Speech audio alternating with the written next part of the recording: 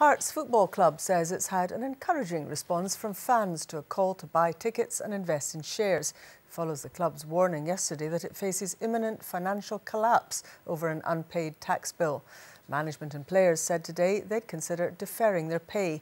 And there's new evidence that financial distress is afflicting around a fifth of Scotland's senior clubs. Here's our business and economy editor, Douglas Fraser. Thank you, Sally. Well, there may be only 9 days to go. The plight of Heart of Midlothian Football Club hangs in the balance. Players have repeatedly had their pay delayed. There's a tax bill for £1.75 million, which is being contested, and a further £450,000 owing by next week. If that isn't paid, the tax authority has moved to wind up Hearts. And that's why club directors issued a blunt warning. If fans don't buy tickets and shares, Hearts is doomed. Why? Because it's lived beyond its means. This man, Vladimir Romanov, has for 7 years owned and bankrolled the Edinburgh club, building up a debt owed to his companies of £24 million. But he's run out of either interest in Hearts or the cash to back it, and he said he'll stop paying the bills. He may be bluffing, but if not, how to stop a financial cardiac arrest at Hearts. Arriving for training today, Hearts players may not have many matches left in maroon if the club's directors are to be believed. Their plea for fans to buy the shares on offer has found some investors. They've given us so many good memories, not just the 5-1 against Hibs there recently. And I've supported Hearts for about 40 years, and just I wouldn't like to see that all going to waste. Nobody else is going to be doing it, so it seems to be up to us. Hearts family will rally around. I'm sure there's something out there.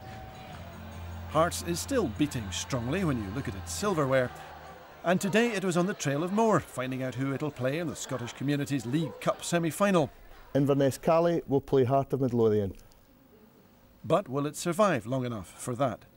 I think Hearts face a very serious financial issue right now. It shouldn't be underestimated. But what nobody knows is what will Romanov do.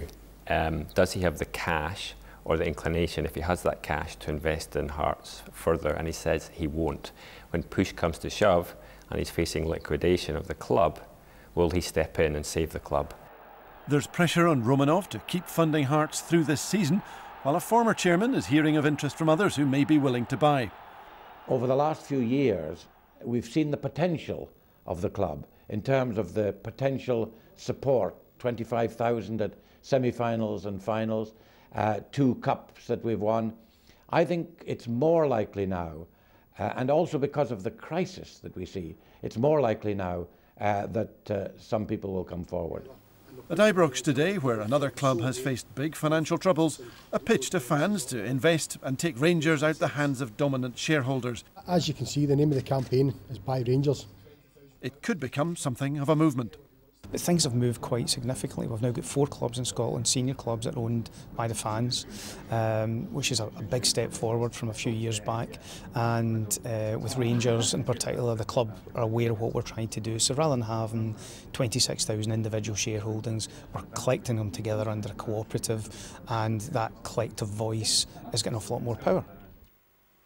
And today, evidence that fans beyond Ibrox and Tynecastle should be worried about the financial state of the game in Scotland. Accountancy firm Bigby's Trainer told us it surveyed 32 Scottish clubs in the top 3 leagues and found 6 of them, they're not saying which, are in financial distress, facing court action, big debts or filing accounts late. And that's 2 more than when it looked last April. Sally.